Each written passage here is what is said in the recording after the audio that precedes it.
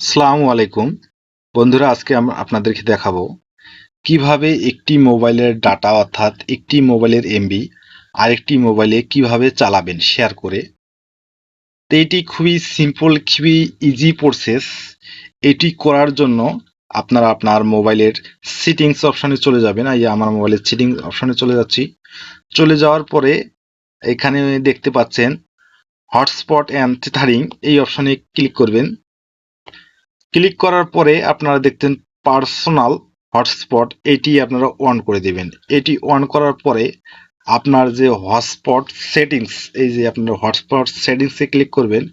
Click করে এখানে দেখতে পাবেন পাসওয়ার্ডে আপনি আপনার মন মতো একটি পাসওয়ার্ড দিবেন।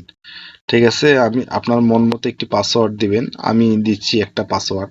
এখানে কিন্তু সর্বনিম্ন 8টা পাসওয়ার্ড দিতে হবে। 1 2 3 4 5 6 7 8, আমি 8টা দিলাম। আপনি অন্য মতনও দিতে পারবেন, কোনো সমস্যা নেই। যে কোনো ধরনের পাসওয়ার্ড দিলে এখানে হবে। এখানে আপনারা যদি ক্লিক করে দেন, তা উপরে দেখতে পাচ্ছেন আমার হটস্পট চালু হয়ে গেছে।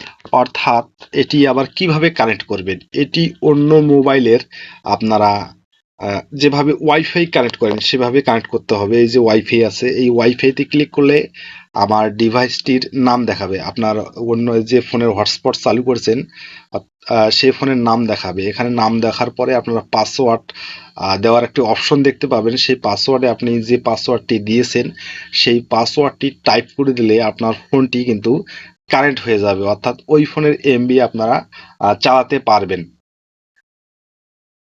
তো বন্ধুরা, ভিডিওতে কোনো কিছু বুঝতে সমস্যা হলে অবশ্যই কমেন্ট করবেন। ভিডিওটি ভালো লাগলে লাইক দিবেন এবং ভিডিওটি কেমন হয়েছে কমেন্ট করে জানাবেন। এ ধরনের আরও নিত্য নতুন সুন্দর ভিডিও পেতে আপনারা অবশ্যই চ্যানেলটি সাবস্ক্রাইব করে রাখবেন এবং পরবর্তীতে কী ধরনের ভিডিও পেতে চান তাও আপনারা কমেন্টে বলে যাবেন।